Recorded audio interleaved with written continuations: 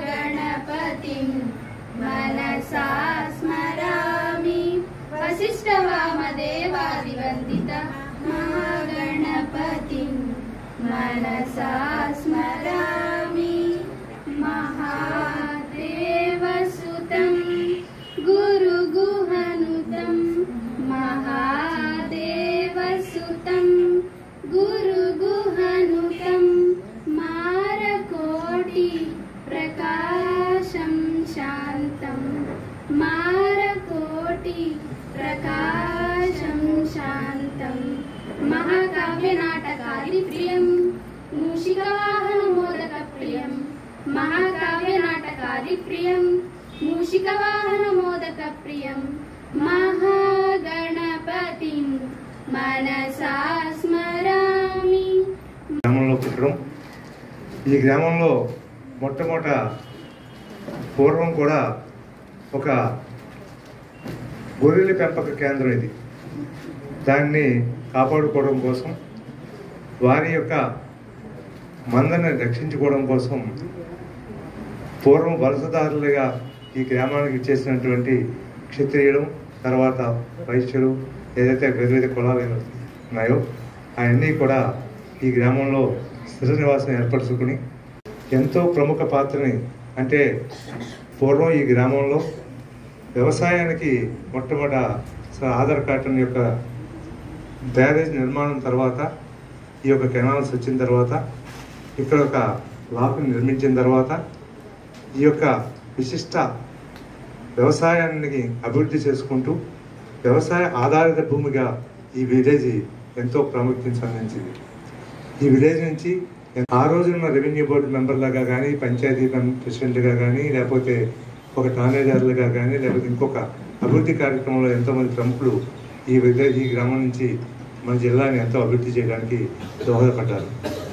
ఈ గ్రామం నుంచి ప్రస్తుతం యొక్క పూర్వ పరిస్థితి కాకుండా ప్రస్తుతంలో ఎంతోమంది ఈ గ్రామం నుంచి ఎమ్మెల్యేగా పోటీ చేశారు, అలాగే ఎమ్మెల్యేగా నెగ్గారు, మినిస్టర్గా పదవులు పొంది ఈ గ్రామానికి మనం అభివృద్ధికి వారు ఎంతో కృషి చేశారు. ఈ గ్రామంలో విద్య అనేది మనం నేర్చుకోవాలంటే శ్రద్ధ చాలా అవసరం. ఉన్నారు అవధాని గారి యొక్క ఆశీస్సులు మీకు తెలిసే ఉంటుంది. వారి యొక్క చిన్నప్పటి నుంచి వారి పడిన శ్రమ శతావధాని అంటే మాటలు కాదు. 1000 మంది ఉద్యోగులు 1000 క్వశ్చన్లు అంటే అవధాని అంటే మీకు అర్థమవుతూ పిల్లలు ఎవరు చూసి ఉండరు. ఈ కాలంలో అవధాని అర్థం అనేది బాగా తగ్గిపోయింది. పూర్వం అనేది ఉండేది, ఇప్పుడు మనందరూ తెల్లారేస్తే సెల్ ఫోన్ చేతిలో పెట్టుకుంటాం తప్ప ఇక్కడ ఏర్పాటు చేయడం జరిగింది. అప్పుడు చూసాం దాన్ని అవధాన తత్వాన్ని చూడటం జరిగింది. తర్వాత 4-5 తర్వాత చూసారు తప్ప ఇప్పుడు ఎక్కడా కూడా సంవత్సరానికి 1-2 జరుగుతున్నాయేమో కూడా, అది కూడా లేదేమో కూడా. కాబట్టి ఒకరోజు ఇప్పుడు ఈవేళ వర్షాకాలం వర్షం వస్తుందని వారికి, రామకృష్ణ వర్మ గారికి, అలాగే దీన్ని అందరికీ ప్రోద్బలం మన బంగారు మెయిన్గా. ఎందుకంటే ఎవరో ఒకళ్ళు ఉండి ఇనిషియేట్ తీసుకుని కొంత 10 మందిని ఒక చోట పోగు చేసి కొంచెం మోటివేట్ చేస్తే తప్ప ఇవాళ రేపు ఎవరో ముందుకొచ్చి పరిస్థితులు ఎవరికాడ ఏంటంటే మనకెందుకు అనే పరిస్థితిలో మన బంగారు దీన్ని మరి ఎంతో శ్రద్ధగా ప్రతి సంవత్సరం మన దివాకర్ వెంకటావధాని గారి కార్యక్రమం కానివ్వండి, లేకపోతే మన తిరుపతి శాస్త్రి గారి కార్యక్రమం కానివ్వండి, అతని భుజస్కంధాల మీద వేసుకొని అతని కార్యక్రమాలు చేయడం చాలా ఎంతో ఆనందంగా ఉంది. ఇటువంటి కవులు మరి మనకి 113వ జయంతి. ఇటువంటి కవులు మన గ్రామంలో దివాకర్ల వారి కుటుంబంలో పుట్టి ఇలా ఇటువంటి స్థాయికి ఎదిగినటువంటి వారు మరి మన గ్రామంలో పుట్టడం ఆరు అదృష్టంగా ఉన్న అటువంటి గ్రామంలో పుట్టినందుకు మనమందరం అదృష్టవంతంగా భావిస్తున్నాం. మరి రాబోయే రోజుల్లో కూడా ఈ కార్యక్రమాలని దిగ్విజయంగా, ఎందుకంటే పెద్దలు వయసు వచ్చి నెమ్మదిగా వెళ్ళిపోతుంటారు, కొత్త జనరేషన్ వస్తూ ఉంటుంది. ఈ జనరేషన్ కాకుండా ఇదే రకంగా ప్రతి సంవత్సరం ఆ సంవత్సరానికి ఆ సంవత్సరం దినదాభివృద్ధి చెందుతూ దీన్ని అభివృద్ధి పాదంలో నడిపించి ఈ అవధానుల గారికి అలాగే ఈ కార్యక్రమాలు జరిపిస్తారని చెప్పేసి నేను అందరినీ కోరుకుంటూ ఈ గ్రామస్తులందరూ ఏకమై ఇవాళ ఇక్కడికి విచ్చేయడం చాలా ఆనందదాయకం. ఈ సందర్భంగా మనం బ్రహ్మశ్రీ కోట వెంకట లక్ష్మీ నరసింహ గారికి సన్మానం చేసుకోవడం కూడా ఎంతో ఆనందదాయకం. ఇదే సందర్భంలో మన మొత్తం అందరూ కూడా కుల మతాలకు అతీతంగా ఉంటున్నప్పటికీ మన ఆర్యవైశ్యుల తరపు నుంచి కూడా ఒక రత్నం వచ్చినట్టుగా రాధాదేవి గారు మొత్తం భగవద్గీత 18 అధ్యాయాల్ని కూడా కంఠస్థ చేసి గోల్డ్ మెడల్ సంపాదించడం మనందరికీ కూడా ఎంతో ఈ కార్యక్రమం జరుపుకోవడం ఎంతో ఆనందంగా ఉంది. కోట నరసింహమూర్తి గారికి కూడా స్పెషల్గా ధన్యవాదాలండి. ఈ ఇంత పెద్ద కార్యక్రమానికి నన్ను కూడా ఇందులో భాగం చేసినందుకు చాలా ధన్యవాదాలు అందరికీ. ఏదో ఆనందంగా ఉందండి. ప్రతిబోధితాం భగవత నారాయణేన స్వయం వ్యాసేన గ్రథితాం పురాణమునినా మధ్యే మహాభారతం అద్వైతామృతవర్షిణీం భగవతీం అష్టాదశాధ్యాయినీం అంబ త్వామనుసందధామి భగవద్గీతే భవద్వేషిణీం. ఏవం సతతయుక్తాయే భక్తాస్త్వాం పర్యుపాసతే ఏ చాప్యక్షరమవ్యక్తం తేషాం కే యోగవిత్తమాః. మేము ఎలా ఉంటే నేను నచ్చుతాము, నీ దగ్గర అవుతాము కృష్ణ అని అడిగితే అప్పుడు భగవాన్ వారు ఇలా చెప్తున్నారు, శ్రీకృష్ణ పరమాత్మ వారు. శ్రీ భగవాను వాచ మయ్యా వేశ్యమనో ఏ మాం నిత్యయుక్త ఉపాసతే శ్రద్ధయా పరయోపేతాః ते मे युक्ततमामताः एत्वक्षरमनिर्देश्यम् अव्यक्तं पर्युपासते सर्वत्र गमचिन्त्यं च कूटस्थमचलं ध्रुवम्. चिन्तामणिगुणनिका जन्मजलधौ निमग्नानां दंष्ट्रा मुररिपुवराहस्य भवति सानन्दमानन्दवने वसन्तं आनन्दकन्दं हतपापवृन्दं వారాణసీనాథమనాథనాథం శ్రీ విశ్వనాథం శరణం ప్రపద్యే. పెట్టడానికి వస్తారు జనం, కానీ ఇక్కడ ఇంతమంది సమాయత్తమై చాలా అద్భుతంగా కార్యక్రమం నిర్వహిస్తున్నారంటే మీ సాహిత్యాభిమానానికి చేతులు జోడించి నమస్కరిస్తున్నాను. 10 రూపాయలు ఇస్తాను పద్యం వింటావా బాబు అంటే 100 రూపాయలు ఇస్తాను వదిలేండి అంట అత్త. ప్రపంచం మారిపోతున్న సందర్భంలో మనందరం తెలుగుకి బాగా దూరం అయిపోతున్నాం. దాని ఫలితం ఇప్పుడు కనిపించదు, ముందు ముందు కాలంలో చాలా ప్రమాదం పొంచి ఉన్నది. ఇటువంటి సందర్భాల్లో ప్రభుత్వాలు ఏమీ చేయలేవు.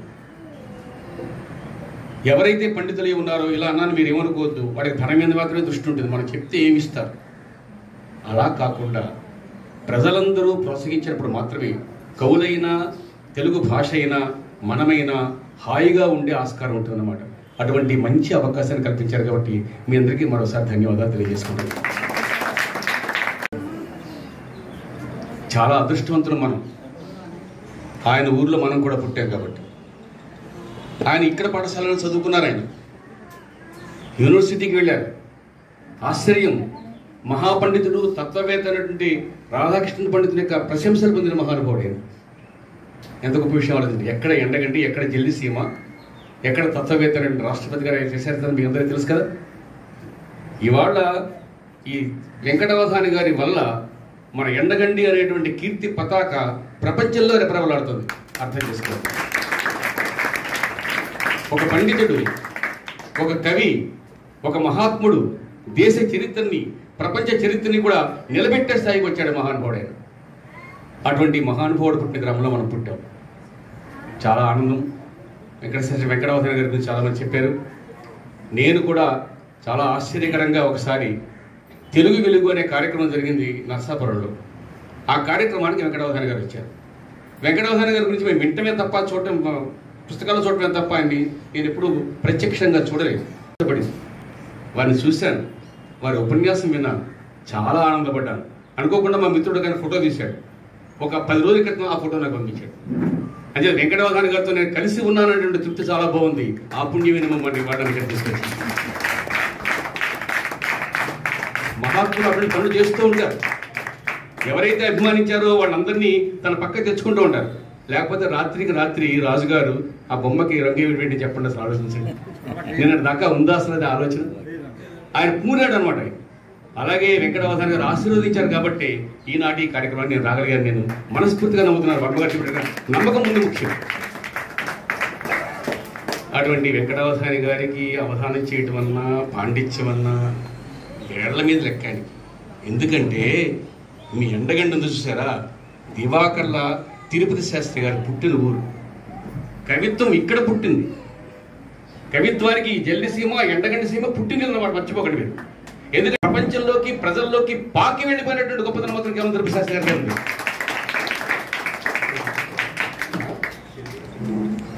తిరుపతి శాస్త్రి గారు కానివ్వండి, తిరుపతి శాస్త్రి గారు అంటే వెంకట శాస్త్రి గారు గుర్తు రావాల్సింది. ఒక పగలు ఒక రాత్రి కలిస్తే ఒక రోజు అవుతుంది. వాటిద్దరు పగలు రాత్రి లాంటి వాడు. ఒక రోజు గురించి చెప్పుకోవాలంటే వాటి గురించి తప్పని చెప్పుకోవాల్సింది. ఎంత ఆశ్చర్యం అండి అసలు. పరమాత్ముని యొక్క కృప చాలా ఆశ్చర్యంగా ఉంటుందన్నమాట. వారి సంయోజన అలా కలపడం అనమాట. లేదా మనందరూ ఇక్కడ కలుసుకోవడం ఏంటి చెప్పండి. ఇవాళ సాయంత్రం బయలుదేరి హడావుడిగా నేను హైదరాబాద్ వెళ్ళిపోవాలి. టికెట్ బుక్ చేసుకుని బంగారావు గారు మాట గుర్తొచ్చి మళ్ళీ క్యాన్సిల్ చేసుకుని మళ్ళీ నేను ఇవాళ టికెట్ బుక్ చేసుకున్నాను. ఎందుకు చెప్తున్నానంటే చర్ల బ్రహ్మయ్య శాస్త్రి గారు ఒక ఆయన ఉన్నారండి. ఆయన పేరు బ్రహ్మయ్య గారట, అంటే బ్రహ్మ అనమాట. అవునా కదా? ఆలోచించండి ఒకసారి. దివాకర్ల తిరుపతి శాస్త్రి గారు ఉన్నారు, ఆయన మహానుభావుడు. చెల్లపేట వెంకట శాస్త్రి గారు ఉన్నారు, ఆయన మహానుభావుడు. తిరుపతి శాస్త్రి గారు ఈ ఊళ్ళో పుట్టాడు, వెంకట శాస్త్రి గారు కడియల్లో పుట్టాడు. వాళ్ళిద్దరు కలిసి తాడేపల్లి కూడా వెళ్ళారు. కడియద్దు అనే ఊరుంది, అక్కడ వెళితే కలిసి చదువుకున్నారు. ఆయన బ్రహ్మ, ఈయన విష్ణుడు, ఆయన శివుడు అనమాట. ఆ త్రిమూర్తులు బ్రహ్మయ్య శాస్త్రి గారిలా, వెంకట శాస్త్రి గారిలా, తిరుపతి శాస్త్రి గారిలా మన ముందు కదలాడారన్నమాట. బ్రహ్మ విష్ణు మహేశ్వరులు మన ముందే ఉన్నారని చెప్పడానికి ఇది గొప్ప నిదర్శనం. లేదా ఆయన పేరు ఎలా ఉండటం ఏంటి, ఈయన పేరు ఇలా ఉండటం ఏంటి, ఆయన పేరు ఎలా ఉండటం ఏంటి? ఎంత ఆశ్చర్యం అండి.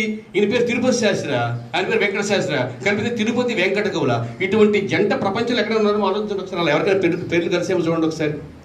అంత గొప్పగా అలా కలుసుకున్నారు వాళ్ళు. వారి గురించి ఎంత చెప్పినా తక్కువేనండి. కానీ ముందుగా పిల్లల గురించి 2 మాటలు మాట్లాడతాను నేను.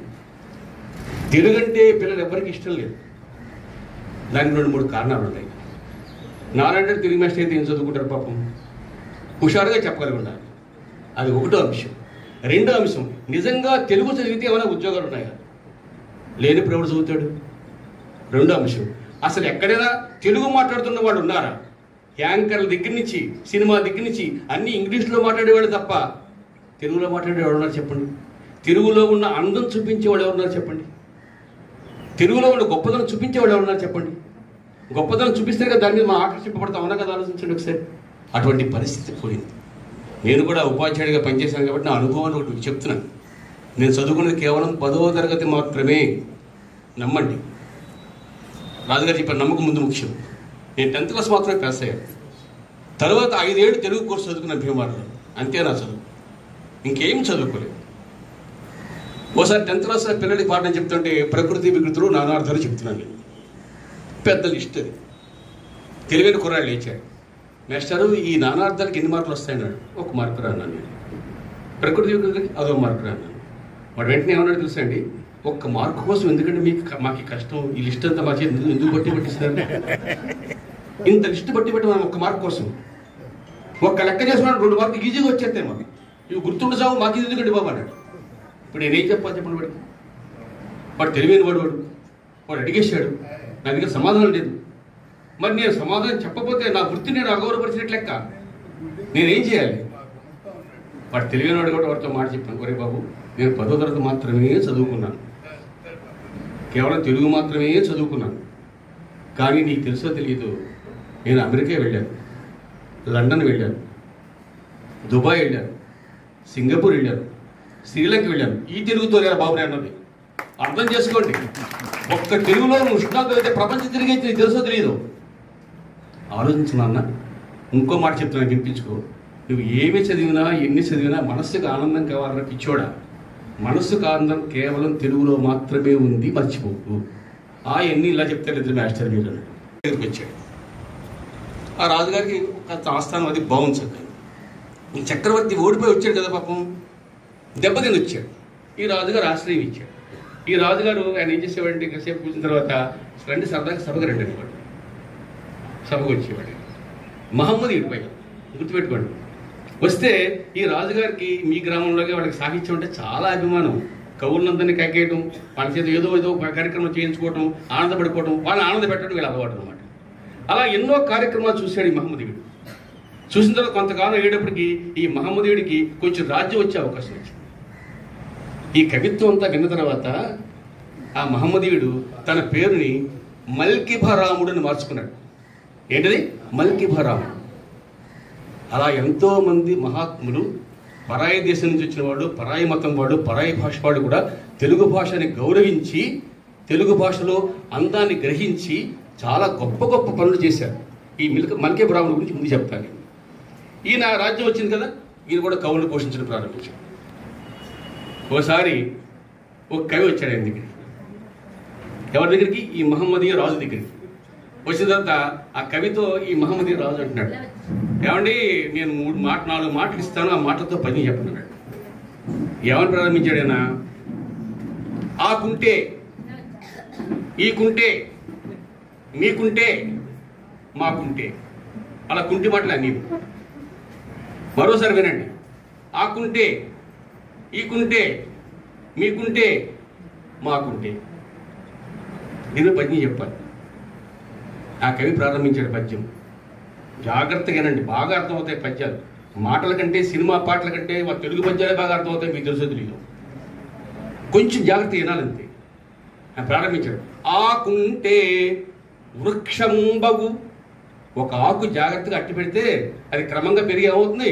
వృక్షం అయిపోతుంది. ఒక్క ఆకు ఉంటే, ఆకుంటే వృక్షంబగు. ఈకుంటే ఉంది కదా తర్వాత, ఈకుంటే అంటే ఇయ్యకుంటే అని అర్థం. ఈకుంటే లోభి అవును హీనాత్ముండవు.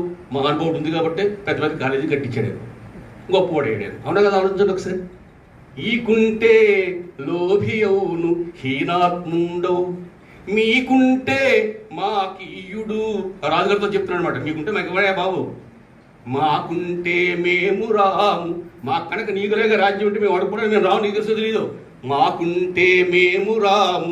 అక్కడ ఊరుకోలేదు, మల్కిభరామా అని అడిగితే రాజుగారు ఏమైపుంటాడు ఆలోచించండి. పరాయి భాష వాడైనప్పటికి కూడా తెలుగు భాషలో ఉండేటువంటి సౌందర్యాన్ని చూచి చాలా ఆనందపడిపోయాడు. ఆయనకి ఏం కావాలో అది ఇచ్చేసాడు. ఎందుకోసం చెప్తున్నానంటే, మనం జాగ్రత్తగా మాట్లాడగలిగితే ప్రపంచాన్ని జయించేయచ్చు. మాటే మంత్రం అంటే అర్థం అది. భగవంతుడు మనకి ఇచ్చిన గొప్ప వరం మాట. ఆ మాటతో ప్రపంచాన్ని జయించేయచ్చు. ప్రపంచం అంతా పాదాక్రాంతి కూడా అయిపోతుంది, మీకు తెలుసో తెలియదు. ఇటువంటి సన్నివేశాలు ఎన్నో జరిగాయి. సరే మాట అంటే మీరు ఎవరు ఏమనుకోకండి, ఎవరిని ఏమన్నా అనుకోవద్దు. ఆయన పద్యం చెప్పించుకొని ఆయన కోరిక. ఏమని చెప్తారు? ఏమయ్యా ఒక కన్ను రాజా అంటే ఊరుకుంటాడే, తాపు తీసేస్తాడు. ఓ కవిగారు వచ్చారు. వచ్చేటికి కవిగారు, నేను ఎవరినైనా పద్యం అడగాలంటే కొంచెం భయంగా ఉంది, నా ఆకృతి సరిగ్గా లేదు కదా, మీరు దయచేసి నా మీద ఏదో పద్యం చెప్పాలంటే సభలో ఇవ్వాలి. సరే తప్పకుండా చెప్తానండి అన్నాడు. ఈ కవిగారు రాజుగారు కూర్చున్నారు. ఇప్పుడు కవిగారు ఒకే కన్ను ఉన్న రాజుగారి మీద పద్యం చెప్పాలి. మనం ఏమని చెప్పగలం? ఆ రాజుగారు అన్నాడు మాట తగ్గాను. ఏమన్నాడంటే, మహారాజా ఒక మాట చెప్తాను, నిన్ను మామూలుగా చూస్తుంటే నువ్వు సాక్షాత్తు శుక్రాచార్యుడు. శుక్రాచార్యుడు ఒకే కన్ను ఉంటుంది.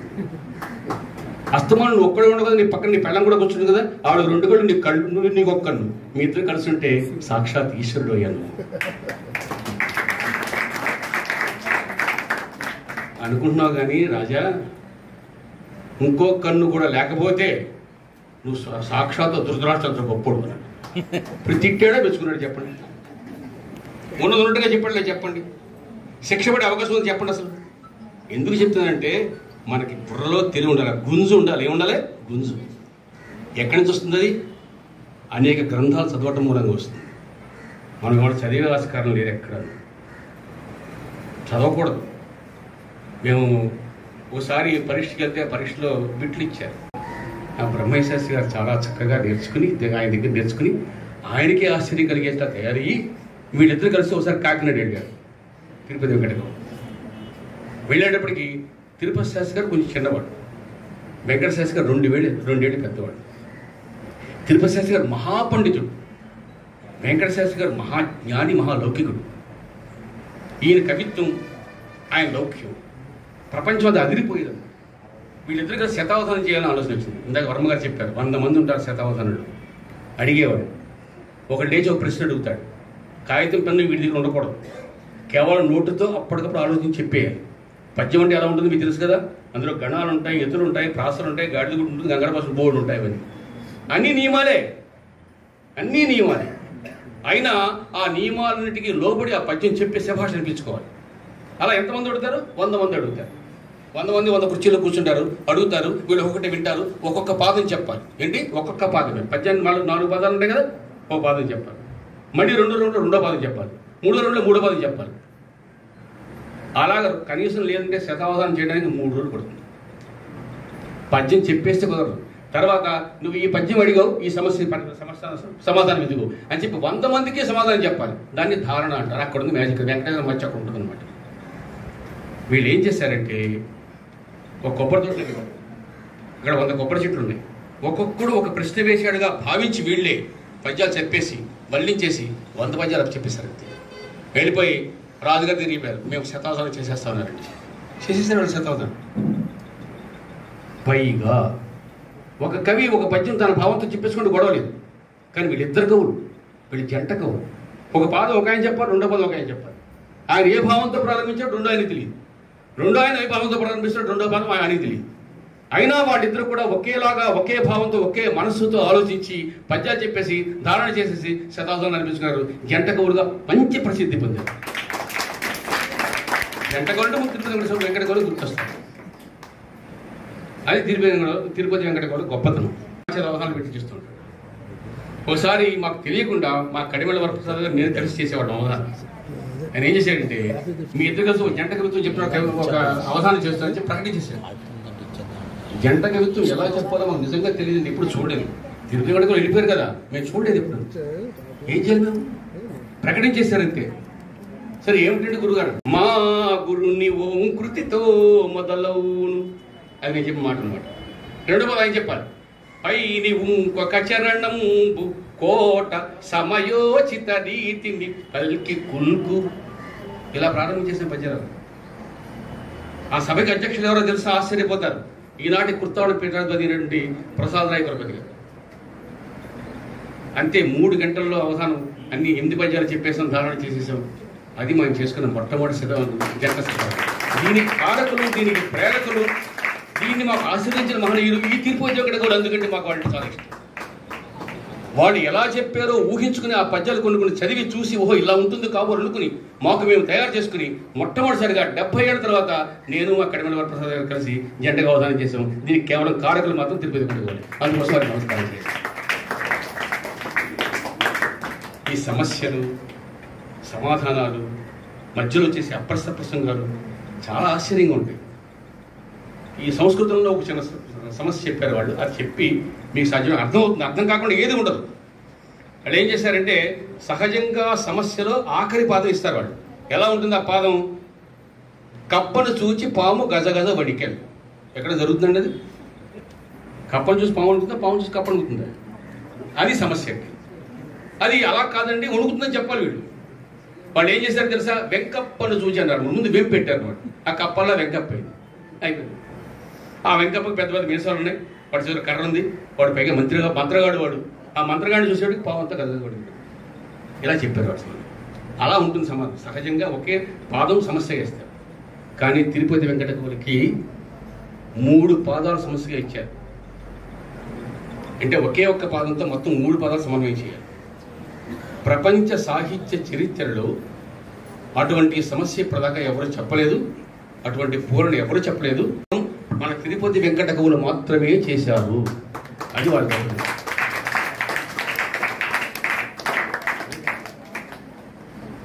సార్. ఈ పద్యాలకు ఎందుకు బాగుంది సార్? ఆ సమస్య ఒకసారి చెప్పడం కోసం ప్రయత్నం చేస్తాను. పెద్దవాళ్ళు తపస్వాధ్యాయ నిరతం అంటే బాగా తపస్సు చేసే మహానుభావుడిని అని అర్థం. అర్థమైందండి? రెండో పదం రామాయ రామభద్రాయ, అది రాముడి గురించి శ్లోకం. ఆఖరిది వేణీ సంహార నాటకం, అది నాటకం పేరు. ఈ 3 పాదాలు ఇచ్చి పద్యం చెప్పమన్నారు. సహజంగా నేను నాలాంటి అడిగితే వెంటనే అక్కడ అది వదిలేసి పారిపోతాడు అనమాట. కానీ వాడు మహానుభావుడు కాబట్టి, సాక్షాత్ సరస్వతి పుత్రులు కాబట్టి, ఒకరి భావం ఒకరికి బాగా అర్థమవుతుంది కాబట్టి వాడు ఎంత బాగా పూర్తి చేశారంటే, బాగా తపస్సులో అధ్యాయంలో గొప్పవాడైన మునికి ఆ రెండో పదం గురుం నత్వా కరోత్ కవి, అటువంటి గురుగారికి నమస్కారం చేసేట ఒక కవి ఏం చేశాడు? రాముని కొరకు రామభద్రుని కొరకు వేణి సంహారం అనే నాటకం రాశాడని చెప్పారు. ఇటువంటి పూర్ణ ప్రపంచంలో ఇప్పుడు దాకా ఎక్కడా లేదు. అది మన తిరుపతి గొడవ మాత్రమే తెలియదు. అది వాడి గొప్పతనం. ఇలా ఎన్ని చెప్పినా తెమదు. కానీ ఒక 2 మాటలు చెప్పకుండా వెళ్ళలేదు. తెలుసు కదా, పేరు విన్నారు. కవి సమ్రాట్ ఆయన. జ్ఞానపీఠ పురస్కారం వచ్చినాయి. ఆయన రాసిన 1000 పడగల పుస్తకం ఉంటుంది, చాలా గొప్ప నవల. ఆయన మన వెంకటశాస్త్రి గారి దగ్గర చదువుకున్నాడు. వెంకటశాస్త్రి గారంటే ఆ విశ్వనాథ సత్యానికి విపరీతమైన గౌరవం. చాలా గొప్ప పండితుడే.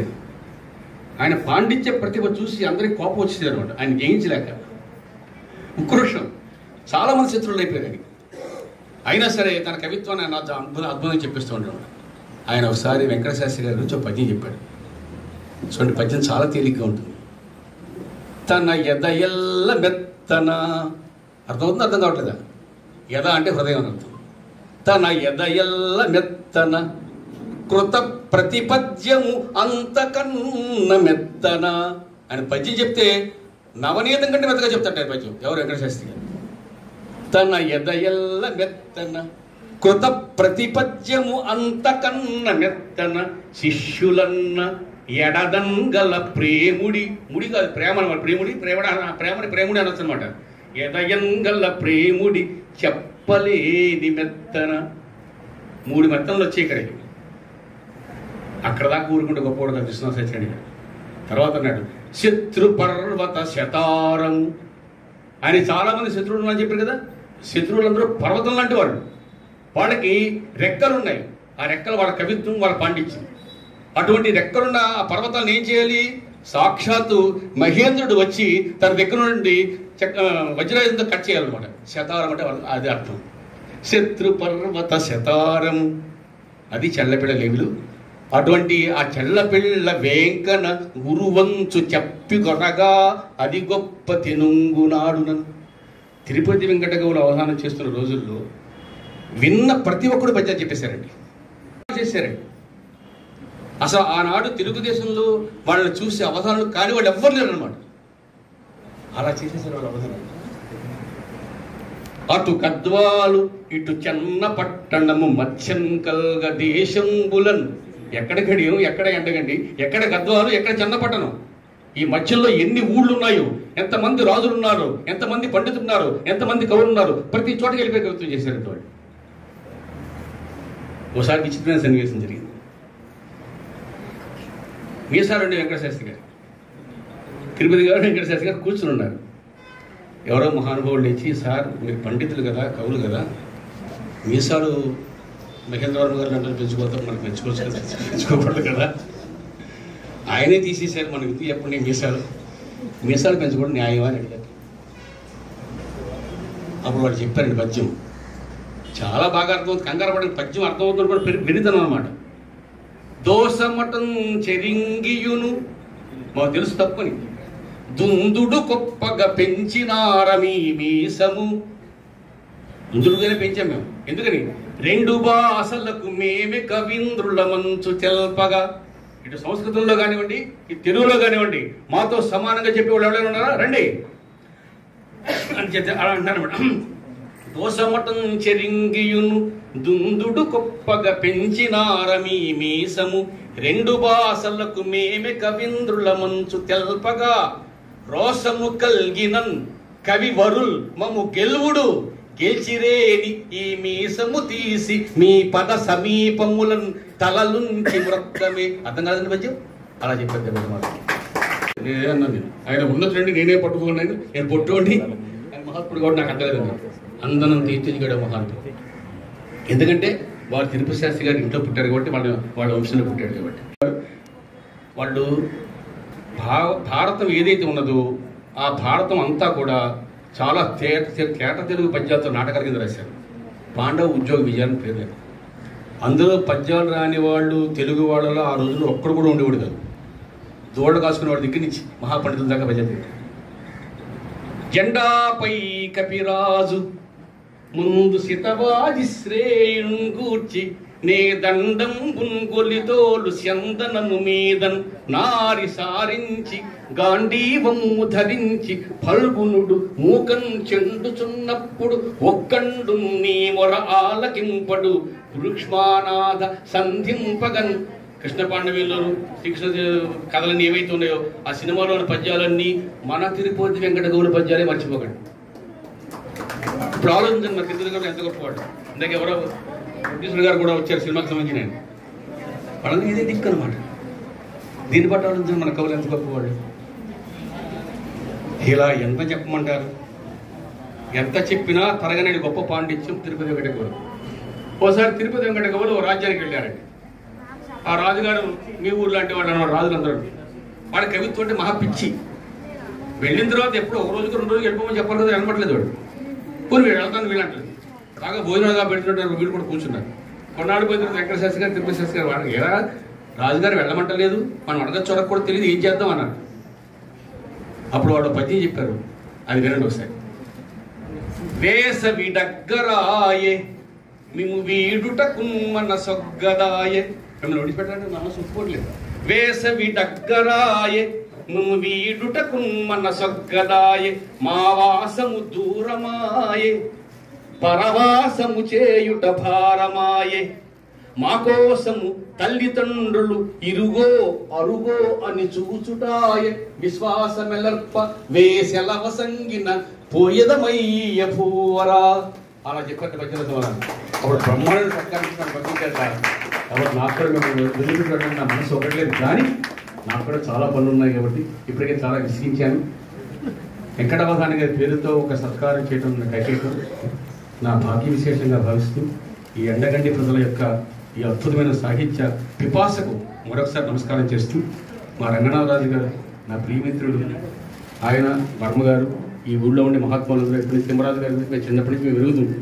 వీళ్ళందరూ దేశంలో గొప్ప సేవ చేసి సాంస్కృతిక పరంగా కానివ్వండి, రాజకీయ పరంగా కానీ చైతన్యం తీసుకొచ్చిన మహానుభావులు. అటువంటి గ్రామంలో ఈ కార్యక్రమాల్లో జరగడం ఏదైతే ఉందో మా రాజుగారు జగ్గరాజు గారు ఆశించినట్టుగా తరతరాలుగా ఈ సంప్రదాయం పోకుండా నిలబెట్టుకోవాలని కోరుకుంటూ, దానికి సంబంధించిన చామర్థ్య వాళ్ళు లాంటి వాళ్ళు ఎప్పుడు వారు చేయకుండా వారి వెనుబలం వారిది అంచేత అటువంటి వెనుబలాలు ఉంటాయి మనకి. మనమే చాలా గొప్పవాళ్ళం. వాడు